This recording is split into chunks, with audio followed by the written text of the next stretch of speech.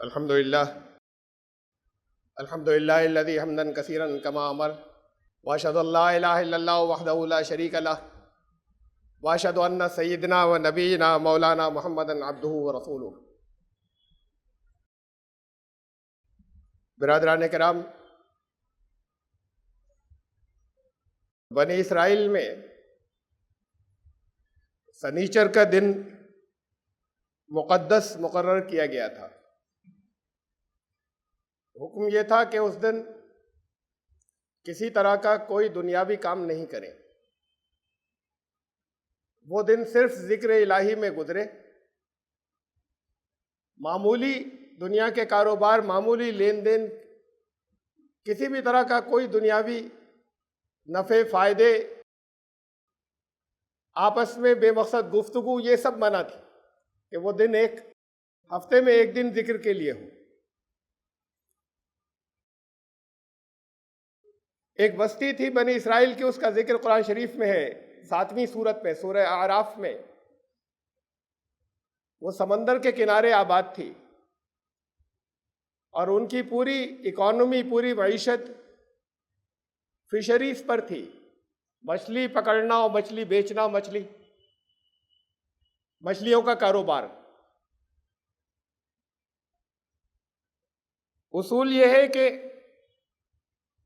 جب بھی کوئی ایمان لانے کا دعویٰ کرتا ہے تو اللہ کی طرف سے یہ اصول جگہ جگہ قرآن شریف میں بتایا ہے کہ ہم پہلے کسائی کرتے ہیں، امتحان لیتے ہیں، لازماً آزمائیں گے. وَلَنَبْلُوَنَّكُمْ بِشَيْءٍ مِّنَ الْخَوْفِ وَالْجُوعِ وَنَقْصٍ مِّنَ الْأَمْوَالِ وَالْأَنفُسِ وَالثَّمَرَاتِ. ان آزمائشوں میں خوف کی بھی آئے گی، اس کے اندر نقصانات کی بھی آئے گی، چیزوں کے کھو جانے کی اور چھن جانے کی بھی آئیں گی. اور اس میں پھر آگے فرمایا کہ جو صبر کرنے والے ہیں، جو ڈٹے رہنے والے ہیں، جو اسٹیڈ فاسٹ ہیں، جو استقامت اختیار کریں، اس سے امتحان سے گزر جائیں، انہیں بشارت دے دو. تو اس بستی کے لیے جو امتحان آیا وہ یہ تھا کہ سنیچر کے دن مچھلیاں آتی تھیں، باقی ہفتے میں غائب ہونے لگی. پورے ہفتے کوشش کرتے تھے، بہت مشکل سے مچھلیاں پکڑ میں آتی تھیں. اور سیٹرڈے، سنیچر، وہ جس دن انہیں منع کر رکھا تھا دنیاوی طرح کے کام کرنے کو، یہ ان کا کاروبار تھا. اس دن وہ مچھلیاں قرآن میں ہے کہ کودتی تھیں، وہ ایسے اچھل کر آتی تھی کہ لوگ ویسی سمیٹ لیں. سب چند دن، ایک دن، 2 دن کی بات ہو تو صبر کر لے، اور پھر صبر بہت سی باتوں پہ انسان کر لیتا ہے، قائم رہتا ہے بہت سی چیزوں کے اوپر. یہ سب سے زیادہ پھسلتا ہے مال کے معاملے میں. جب بات آئی اکانومی کی، جب بات آئی کاروبار کی تو سارے انکم اسی ایک دن ہے، باقی دن انکم ہی نہیں ہو رہی. تو پھر طرح طرح کی توجیحات ہوتی ہیں، طرح طرح کے انٹرپریٹیشن ہوتے ہیں وہی دین کی باتوں کے کہ بے اللہ نے یہ تھوڑی کہا ہے کہ تم اپنے آپ کو تباہ کر لو. اور پھر اس میں طرح طرح کی گنجائشیں نکالتے ہیں قانون. وہ بہرحال ہلکے ہلکے کر کے پوری بستی جو ہے وہ بگڑ گئی. نافرمانی تقریباً پوری بستی نافرمان ہو گئی. تھوڑے سے لوگ بچے ان میں سے جو قائم تھے اس بات کے اوپر کہ چاہے جتنا نقصان ہو جائے ہم نافرمانی نہیں کریں گے اور جو قانون ہے اس کی خلاف ورزی نہیں کریں گے. پھر ان تھوڑے سے لوگوں میں بھی 2 گروہ ہو گئے، 2 گروپ بن گئے. ایک گروپ تو وہ کرتا تھا جو حکم دیا گیا تھا کہ یاد الہی، اور یاد الہی کا مطلب انہوں نے یہی سمجھا تھا کہ کسی کونے میں بیٹھ کر اللہ اللہ کرنا ہے. یہ ذکر کا یہ مطلب غلط ہے. تو وہ اپنے خیال میں وہ پوری پابندی کرتے تھے اور سارے دن وہ ذکر میں لگاتے تھے. ایک دوسرا گروہ تھا، وہ نکلتا تھا اور جگہ جگہ لوگوں سے کہتا تھا اور لوگوں کو روکتا تھا کہ یہ نافرمانی کا کام تم چھوڑ دو. قرآن نے ان دونوں گروہوں کی ڈیبیٹ دی ہے کہ یہ دونوں گروہ جو ہے پھر ان کی آپس میں بات چیت ہوتی رہتی تھی.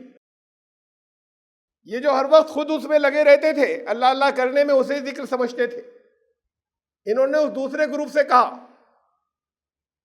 کہ یہ تم ان کے پیچھے وقت کیوں ضائع کرتے ہو، تم اپنی عبادت خراب کر رہے ہو، اور تم ان لوگوں کے پیچھے وقت ضائع کر رہے ہو۔ کہا کہ مہلکہم و معذبہم عذابا شدیدا، اللہ انہیں ہلاک کرنے والا ہے یا بڑے سخت عذاب میں مبتلا کرے گا، تم ان کے پیچھے اپنا وقت کیوں ضائع کرتے ہو؟ قرآن میں ان لوگوں کا جواب ہے کہ انہوں نے جواب دیا کہ 2 ریزن سے، قالوا معذرۃ الی ربکم، پہلی بات تو یہ کہ ہمیں اپنے رب کو حساب دینا ہے، وہاں ہم سے سوال کیا جائے گا کہ تم نے کوئی کوشش برائیوں کو روکنے کی تھی یا نہیں کی تھی، تو ہم اپنا جواب دے سکیں، یہ چاہے نہ مانے، ان کا فیصلہ اللہ کچھ بھی کرے، ہمیں کوشش کرنی ہے ہم اپنا حساب دے سکیں گے۔ وَلَعَلَّهُمْ يَتَّقُونَ، اور ہو سکتا ہے کچھ لوگ مان بھی جائیں تو اب وہ اس سے عذاب سے بچ جائیں، ہم اس کے اندر کامیاب ہو جائیں، کچھ لوگوں کو تو بچانے میں یہ بھی ممکن ہے۔ اور پھر اس کے بعد وقت گزرا اور اللہ کا عذاب آیا اس بستی کے اوپر۔ یہ ایک اور اصول ہے کہ حجت پوری ہو جانے کے بعد اللہ کا عذاب آتا ہے، یہ اصول قرآن شریف نے جگہ جگہ دیا ہے کہ تم حجت پوری کر دو، تم لوگوں کو بتا دو کہ یہ غلط ہے، صحیح راستہ یہ ہے، اس کے بغیر وہ ظالم بھی نہیں کہلاتے۔ لوگوں کو وہاں تو وہ اپنے اوپر ظلم کر رہے تھے، جہاں دوسرے لوگوں پر ظلم کر رہے ہو، وہ اللہ کی لغت کے اندر، اللہ کی اصطلاح کے اندر وہ ظالم نہیں کہلاتے۔ ہم جنہیں کہہ رہے ہیں کہ ظلم کرتے ہیں، جب تک ان کے اوپر حجت پوری نہیں کر دی جائے، انہیں ایسے نہیں سمجھا دیا جائے کہ ان کی عقلیں یہ کہیں کہ بات یہی صحیح ہے، خالی دعویٰ نہیں ہو، حجت پوری ہونا اسے کہتے ہیں۔ ان کی عقلوں کے مطابق جب انہیں سمجھا دیا جائے کہ یہ تم غلط کر رہے ہو، یہ اللہ کے قانون کے خلاف ہے، اس کا تمہیں نتیجہ بھگتنا ہوگا، جب یہ حجت پوری ہو جاتی ہے تو پھر ان کی پکڑ ہوتی ہے اللہ کی طرف، چاہے جتنے مضبوط ہو، چاہے وہ فرعون کی قوم ہو جو صدیوں سے، جو اس سے پہلے نسلوں سے چلے آ رہے تھے وہ حکومت کرتے ہوئے، وہ اللہ کی طرف سے ایسے راستے بنتے ہیں اس طرح کے کہ انہیں بچایا جاتا ہے، جنہوں نے حجت پوری کی تھی، اور ان کو سزا دی جاتی ہے جو اس کے بعد نافرمانی اس کے بعد بھی کرتے رہے۔ یہاں حجت پوری ہو گئی ان لوگوں کے کہنے سے، تو اس بستی پر عذاب آیا، ڈھیل دی جاتی ہے، وقت دیا جاتا ہے، کچھ عرصہ گزرا، اور اس کے بعد قرآن میں ہے کہ پھر اللہ کا عذاب آیا، اور فرمایا وَأَنجَيْنَا الَّذِينَ يَنْهَوْنَ عَنِ السُّوءِ، ہم نے صرف ان لوگوں کو اس عذاب سے بچایا جو دوسروں کو روکنے کا کام کرتے تھے، وہ بھی عذاب میں پکڑے گئے، اور کہا انہوں نے بھی ظلم کیا تھا، وَأَخَذْنَا الَّذِينَ ظَلَمُوا بِعَذَابٍ بَئِيسٍ بِمَا كَانُوا يَفْسُقُونَ، انہوں نے نافرمانی کی تھی، انہوں نے بھی ظلم کیا تھا، جو اپنی جسے وہ ذکر کہہ رہے تھے اس میں لگے ہوئے تھے، دن رات وہ نمازیں پڑھتے تھے، دن رات وہ تسبیحیں پڑھتے تھے، وہ سب عذاب میں پکڑے گئے، صرف انہیں بچایا جو دوسروں کو روکنے کا کام کرتے۔ یہ تو واقعہ قرآن کا ہے، قرآن نے دیا، اور قرآن نے پچھلی قوموں کے واقعات اسی لیے بتائے ہیں، اسی لیے دہرائے ہیں، کوئی قصے کہانیاں نہیں ہیں، کہ وہی حالات، وہی واقعات تاریخ کے اندر آتے چلے جائیں گے، کردار بدلیں گے، نام بدلیں گے، واقعات وہی رہیں گے۔ اسے سبق سیکھنے کے لیے اور اس کو نظر پر رکھنے کی وجہ سے سنایا اور بتایا۔ اور پچھلی ہی قوم کا غالباً بنی اسرائیل کی بات ہے، نام نہیں لیا گیا، وہاں حدیث کے اندر ایک واقعہ رسول اللہ صلی اللہ علیہ وسلم نے سنایا کہ ایک پچھلی قوموں میں سے ایک قوم ایسی تھی جس کو اللہ نے، جس پر عذاب بھیجنے کا ارادہ فرمایا، اور حضرت جبریل کو حکم دیا کہ اس بستی کو الٹ دو۔ حضرت جبریل نے دیکھا اور تھر تھر آ گئے، اور عرض کیا کہ بار الہ، اس بستی میں تو ایک وہ بھی ہے، ایک عابد ہے، ایک عبادت گزار ہے اس کے اندر، اور اس نے 70 سال سے ایک بھی نافرمانی کا کام نہیں کیا ہے، پوری بستی تباہ ہوگی تو یہ بھی گیا، تو اس پر بھی عذاب آ جائے گا۔ یعنی حکم تو یہ ہوا تھا کہ الٹ دو، یہ پہلے بچایا جاتا ہے نا، ان لوگوں کچھ لوگوں کو بچایا جاتا ہے تو اس کو بچایا نہیں جا رہا اور کہا جا رہا ہے کہ بستی پر عذاب نازل کر دو. تو انہوں نے عرض کیا کہ اللہ یہاں پر ایک عبادت گزار ہے, ایک عابد ہے, 70 سال سے ایک کام بھی نافرمانی کا نہیں کیا, اتنا متقی پرہیزگار ہے, ایسے لوگوں تو ہم متقی کہتے ہیں. متقی بھی بہت اعلیٰ درجے کا متقی ہو گیا جہاں 70 سال سے کوئی نافرمانی ہوئی نہیں. فرمایا عذاب اسی کے مسلح سے شروع کرو. یہ عابد کیسا, یہ دوست ہے, یہ ولی کہتے ہو تم لوگ, ولی دوست کو کہتے ہیں. کیسا دوست ہے ہمارا؟ آگ لگ رہی ہے, لوگ جہنم میں جا رہے ہیں چاروں طرف سے اور اس کے ماتھے پر شکن نہیں ہے, تو دوست کیسا ہے کہ عذاب اسی کے مسلح سے شروع کرو. یہ واقعہ رسول اللہ صلی اللہ علیہ وسلم نے سنایا. ایک پہلا میں نے قرآن سے دیا تھا. بہت اہم باتیں ہیں دونوں. یہ اس یاد دہانی کی کہ ایک اور حدیث ہے کہ رسول اللہ صلی اللہ علیہ وسلم نے فرمایا کہ قسم ہے اس ذات کی جس کے ہاتھ میں میری جان ہے کہ تم لوگ لگاتار لوگوں کو برائیوں سے روکنے کا امر بالمعروف, جو اللہ کو پسند ہے وہ کام تم لوگ کرتے رہو گے لگاتار, اور نہیں عن المنکر, جو چیزیں ناپسند ہیں اس سے روکنے کا کام تم لگاتار کرتے رہو گے. اور جب چھوڑ دو گے, اگر ایسا نہیں کیا تو فرمایا پھر اللہ کا عذاب آئے گا. یہ تو دوسروں کے بارے میں بات ہو رہی ہے نا, اپنی نمازوں کا تو پابندی کرتے رہیں, اپنے روزوں کی نمازوں کی سب ضروری ہے, جس کا حساب اللہ کے یہاں دینا ہوگا. اس دنیا میں اس کی وجہ سے عذاب نہیں آتا. عذاب جو اس دنیا میں آتا ہے وہ قوموں کی وجہ سے آتا ہے, قوموں کی بربادی کی وجہ سے. جو ذاتی اعمال آپ جس کی لاپرواہی کریں گے, جو فرض ہیں, ان کا حساب اللہ کو دینا ہوگا آخرت میں, اور اس کا بدلہ یہاں پر ملے گا. جو کچھ یہاں پر کرنے کو کہا گیا تھا اور نہیں کر رہے, اجتماعی, ساموہک, کلیکٹو قوموں کے لیے جو کرنا تھا, کہا کہ یہ نہیں کرو گے تو پھر عذاب آئے گا, اور وہ عذاب ایسا ہوگا کہ پھر تم دعا کرو گے اور پھر تمہاری دعا سنی نہیں جائے گی, رد کر دی جائے گی. پڑھا کر نکلنا چاہو گے, پھر اللہ سے مانگو گے, پھر نہیں سنا جائے گا. یہ ترمذی کی حدیث ہے. یہاں اتنی بات اور ذہن میں رکھیں کہ یہ الفاظ فرمائے امر بالمعروف نہی عن المنکر, بھلائیوں کی تاکید, بتاتے رہنا کہ صحیح راستہ کیا ہے, اور برائیوں سے روکتے رہنا کہ غلط راستہ کیا ہے. یہ کس کے لیے کرنا ہے؟ اجتماعی طور پر کس کے لیے کرنا ہے؟ ساموہک طور پر, کلیکٹو طور پر کسے بتانا ہے, کس کو بلانا ہے, کیسے بتانا ہے؟ ایک کوئی تنظیم ہو, کوئی آرگنائزیشن, اور اسے ہی کہا جائے کہ تم نکلنے کے بعد لوگوں کو بتاؤ کہ صفائی ستھرائی رکھے, نہیں تو بیماریاں پھیلیں گی, تو کیا اس کا یہ مطلب ہے کہ وہ آپس میں ایک دوسرے کو بتائیں؟ اس تنظیم سے یہ کہا جا رہا ہے یہ تنظیم تمہاری اس لیے بنی کہ تمہیں لوگوں کو بتانا ہے کہ صفائی ستھرائی رکھے, نہیں تو بیماریاں پھیلیں گی. اس کا مطلب انہیں نکل کر دوسروں کو بتانا ہے. یہ تو کھڑے اسی لیے ہوئے, یہ تنظیم تو بنی اسی لیے, یہاں آپس میں نہیں بتانا ہے. یا بتانے کی اگر ہو کہیں تو توجہ دلائیں ایک دوسرے کو, کمی ہو تو, لیکن اصل میں تو ان کو یہ بنی اس لیے تھی کہ تمہیں جا کر اس تنظیم کے باہر کے لوگوں سے کہنا ہے, وہ توجہ نہیں کر رہے ہیں. یہ امت ایک تنظیم ہے, آرگنائزیشن ہے, اور قرآن نے بتایا کہ یہ کوئی آرگنائزیشن کبھی بنتی ہی نہیں جب تک اس کے آبجیکٹو نہیں ہو, رجسٹر ہی نہیں ہوگی. رجسٹریشن کرانے لے جائیں تو کہیں گے وہ لے کر لائیے, رولز لے کر آئیے, آبجیکٹو لے کر آئیے, ایمز اینڈ آبجیکٹو یہ کیا ہے, ابھی اس سے پہلے کیسے رجسٹر ہو جائے گی؟ تو بغیر مقصد کے, آبجیکٹو کے کوئی آرگنائزیشن فارم نہیں ہوتی. یہ امت جو ایک آرگنائزیشن ہے, ایک تنظیم ہے, اس کا آبجیکٹو بتایا تھا کنتم خیر امت اخرجت للناس, تمہیں دنیا کے انسانوں کے لیے لایا گیا. تو دنیا کے انسانوں کے لیے جب کہا گیا کرنا کیا تھا, تأمرون بالمعروف وتنہون عن المنکر, کہ تو جو باتیں اللہ کو پسند ہے وہ تم بتاؤ دنیا کے انسانوں کو, اور جو ناپسند ہے اسے روکو دنیا کے انسانوں کو. تو ان سے کہا جا رہا ہے کس کو بتانے کو؟ آپس میں.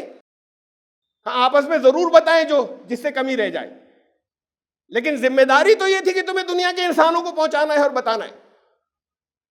یہ کار رسالت ہے. نبی اکرم صلی اللہ علیہ وسلم کی رسالت قیامت تک باقی ہے، رسالت قیامت تک باقی ہے، وہ کام آپ کی معرفت اب ہوگا۔ جانشین ہے یہ چھوڑ کہ تم ایک بات بھی تم تک مجھ سے پہنچ گئی تو تم آگے ڈیلیور کر دینا۔ لوگ کہتے ہیں بڑی ٹریننگ کی ضرورت ہے، اس کے لیے تو بڑی تیاری کی ضرورت ہے، بڑے علم کی ضرورت ہے جتنا بھی، یہ تو علم کی تو ضرورت ہے ہر شخص کو، لیکن فرمایا کہ اگر تمہیں صرف ایک کلمہ، ایک لفظ بھی آتا ہو، صرف ایک لفظ اور ایک کلمہ بھی آتا ہو، بلغوا عنی ولو آیا، ایک آیت آتی ہو بس، مجھ سے تم تک پہنچی، تم پہنچا دینا۔ علم کی ضرورت ہے، قل هو اللہ احد آتا ہے نہیں آتا، اتنا سا ہے، ایک آیت آتی ہے نہیں آتی ہے، کہہ دو وہ اللہ ایک ہے، ایک آیت اگر آتی ہے تو وہ بھی پہنچا دینا، اور تو حاصل کیجئے، آپ کے لیے ضروری ہے، آپ کے درجات کے لیے ضروری ہے، لیکن جتنا آپ تک پہنچ گیا ہے وہ یہ ذمہ داری ہے کہ آپ کو آگے پہنچانا ہے۔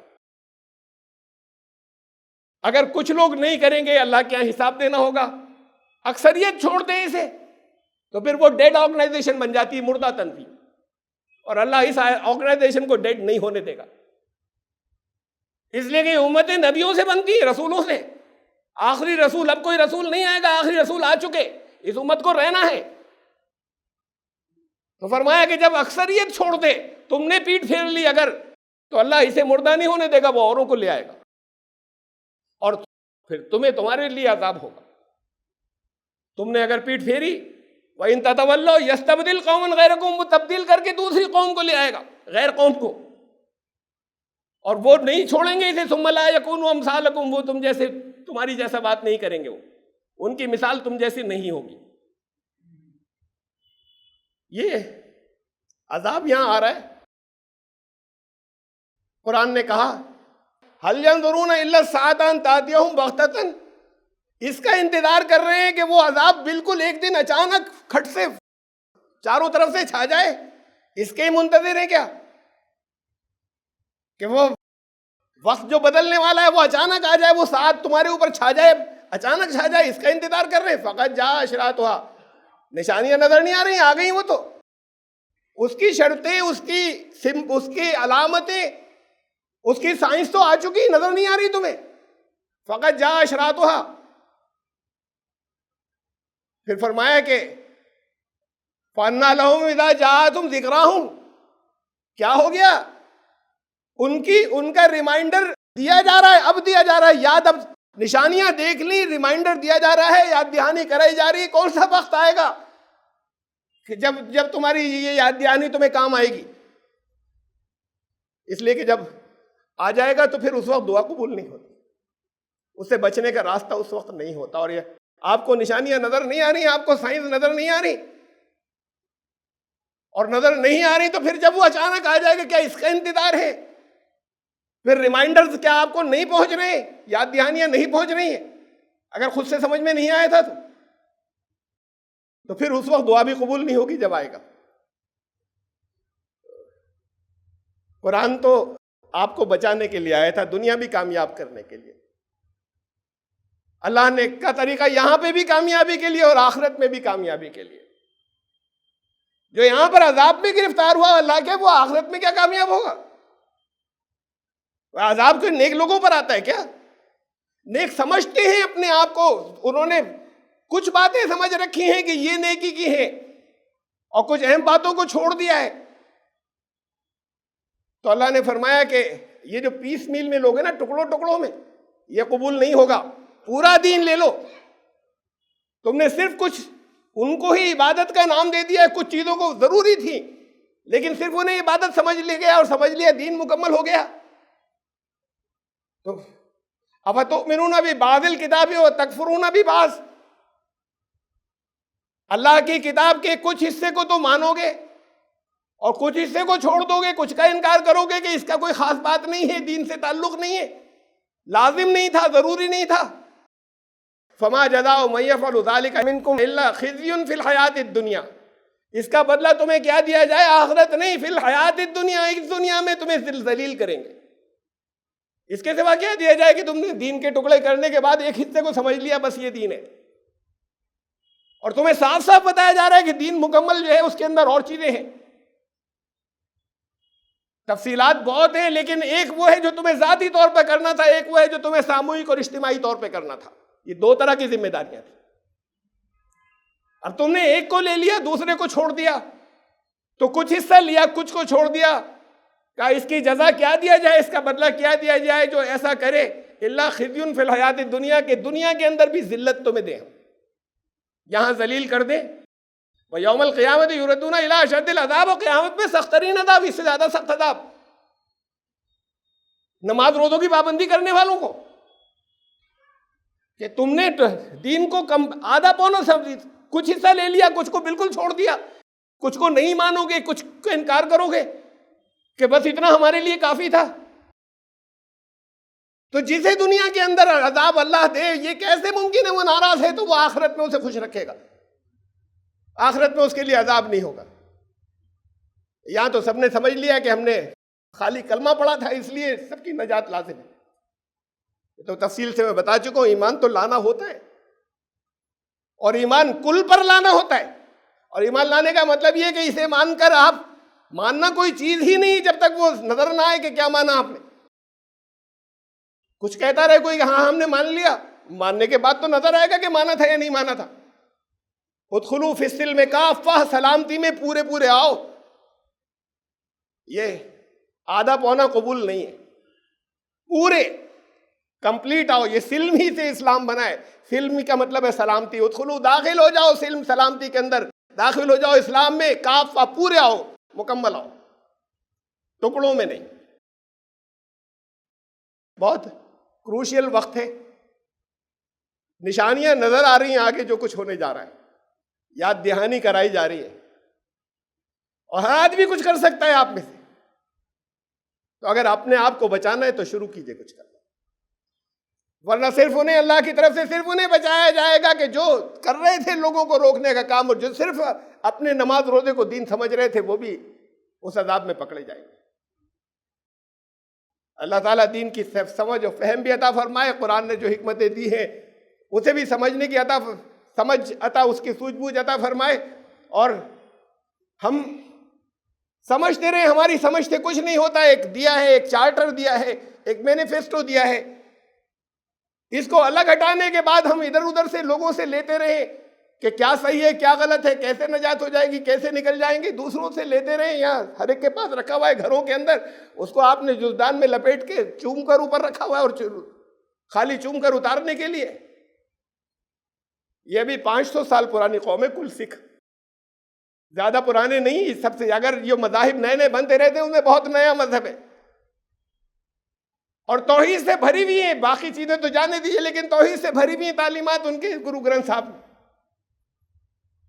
یہ نہیں تھا پہلے ان کے یہاں، وہ گرو گرنتھ صاحب کے آگے ماتھا ٹیکنا شروع کر دیا انہوں نے۔ میں باقی چیزوں کو چھوڑ رہا ہوں، ایک توحید کی خلاف ورزی شروع کر دی۔ گروؤں نے تو اپنے آگے ماتھا ٹکوایا نہیں تھا، کسی گرو نے ان کے 10ویں گرو نے کہا اب یہ جو تعلیمات ہیں یہ تمہارا 11واں گرو ہے، یہ تعلیمات ہیں گروؤں کی۔ تو جب گروؤں نے خود موجود تھے، اپنے آگے سر نہیں جھکوایا، تو انہی گروؤں کے الفاظ ہیں، اس کے آگے وہ ماتھا ٹیکتے ہیں، اور اس کی اب ایک پوجا شروع ہو گئی۔